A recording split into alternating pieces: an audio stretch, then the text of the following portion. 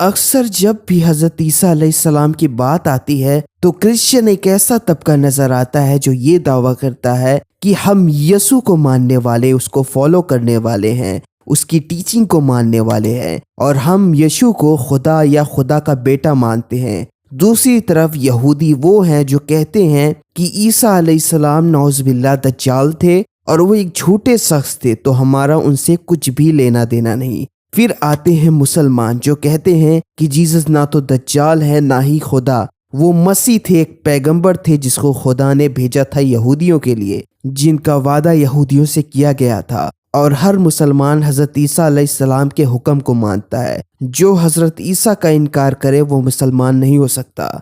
But जो Christian है वो कहते हैं कि हम पक्के यसु को मानने वाले हैं, हम उसकी टीचिंग्स को मानने वाले हैं, मुसलमान नहीं। मुसलमान तो एंटी क्राइस्ट हैं, मुखालिफ मसीह हैं। एंटी क्राइस्ट का मतलब होता है वो जो मसाया का मुखालिफ हो। पर एक मिनट, इस्लाम के अंदर तो जीसस को मसाया मानते हैं ना? ओ नहीं नहीं, तुम लोग जीसस को खुदा का बेटा या खुदा नहीं मानते, तो इस वजह से तुम लोग एंटी क्राइस्ट हो। ये कहाँ लिखा है कि जीसस को खुदा का बेटा नहीं मानोगे या खुदा नहीं मानोगे तो आप एंटी क्राइस्ट होगे? अरे पढ़ो ना जॉन के अंदर, who is a liar but he that deny that Jesus is the Christ, he is the antichrist who deny the father and the son. कौन झूठा है? वो जो ईसा के मसीह होने का इनकार करता है। मुखालिफ मसीह ऐसा शख्स है वो बाप और बेटे का इनकार करता है। अब देखो यहाँ पर बाप और बेटे का इनकार करना लिखा है। मुसलमान तो ये मानते नहीं कि जीसस सन ऑफ गॉड है, तो ये तो एडम भी नहीं मानते थे, मोसेस भी नहीं मानते थे, डेविड सुलेमान भी नहीं मानते थे कि जीसस सन ऑफ गॉड है। अगर यही मेन टीचिंग होती तो एडम से चली आती। हम ये मानते हैं कि बाप और बेटे से मुराद खुदा और पैगंबर है, जिनका मेटाफोरिकल रिलेशन बाप और बेटे के जैसा होता है। जैसे कि डेविड के टाइम डेविड को सन ऑफ गॉड कहा गया, एडम के टाइम एडम को। उसी तरह यहाँ पर भी फादर से मुराद गॉड और सन से मुराद जीसस क्राइस्ट है, क्योंकि बिना गॉड के जीसस का कोई वजूद ही नहीं है।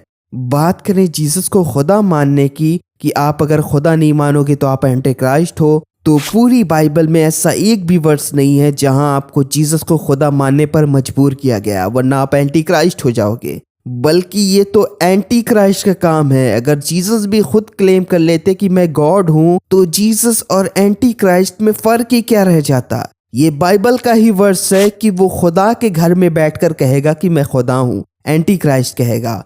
तो क्या डिफरेंस रह जाता क्राइस्ट और एंटी क्राइस्ट में? जो डिफरेंस है वो आपको बुक ऑफ जॉन में मिलेगा, जहां जीसस कहते हैं and this is eternal life that they know you the only true God and Jesus Christ whom you have sent. और अब्दी जिंदगी ये है कि वो तुझे जान लें जो वाहिद और सच्चा खुदा है, और ईसा को मसीह मान लें जिसे तूने भेजा है। और यही वो फादर और सन का रिलेशन है जिसको आप कुछ गलत ही दिशा में ले जा रहे हो। यही फादर और सन की बात उस वर्स में भी करी गई, और वाहिद मुसलमान ही है जो इस पर सबसे ज्यादा बिलीव करते हैं।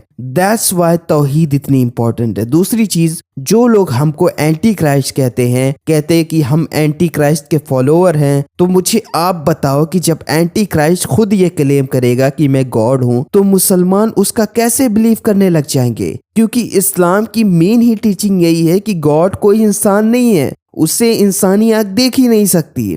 पर क्रिश्चियन उस पर बिलीव कर सकते हैं, क्योंकि क्रिश्चियन सोचते हैं जीसस गॉड है, गॉड इंसान का रूप ले सकता है, तो मे बी ये भी पॉसिबल हो जिसको आप फ्यूचर में जीसस मानो वो एंटी क्राइस्ट निकले। Simple target. इस तरह तो आप शक के घेरे में आते हो। दूसरा रीजन इनका होता है कि इस्लाम के अंदर वायलेंस है, तो ये एक एंटी क्राइस्ट रिलीजन है। आपने कई लोगों को स्टेज के ऊपर बोलते भी सुना होगा, मैं पहले मुसलमान था पर कुरान मुझे वायलेंस की तरफ ले जा रही थी, पता नहीं मैं आतंकवादी बन रहा था। अरे भाई, कौन है ये लोग? हम भी मुसलमान हैं, हम भी तर्जुमे के साथ कुरान पढ़ते, कितनों को मार डाला हमने, बल्कि कितने तो नॉन मुस्लिम भी हमारे दोस्त हैं। अगर वायलेंस की ही बात करी जाए तो बुक ऑफ रिवलेशन में वायलेंस भरा पड़ा है, पर जीसस तो बुरे लोगों का कत्ल करेंगे, वो बुरे लोग होंगे। कौन बुरे लोग होंगे? अरे वही जो जीसस पर यकीन नहीं करते, मतलब काफिर ही ना, नॉन बिलीवर्स। जब जीसस रिटर्न करेंगे तो जो जंग होगी जिसमें जीसस बुरे लोगों को कत्ल करेंगे, वो मानते हैं कि हम मुसलमान होंगे। अब गलत नहीं है ये, रिवलेशन के अंदर ये क्लियर है कि जो मरेगा वो नर्क में जाएगा। यहाँ तक कि जीसस का रोब वो खून से लाल हो जाएगा, इतना ज्यादा काफिरों को वो कत्ल करेंगे।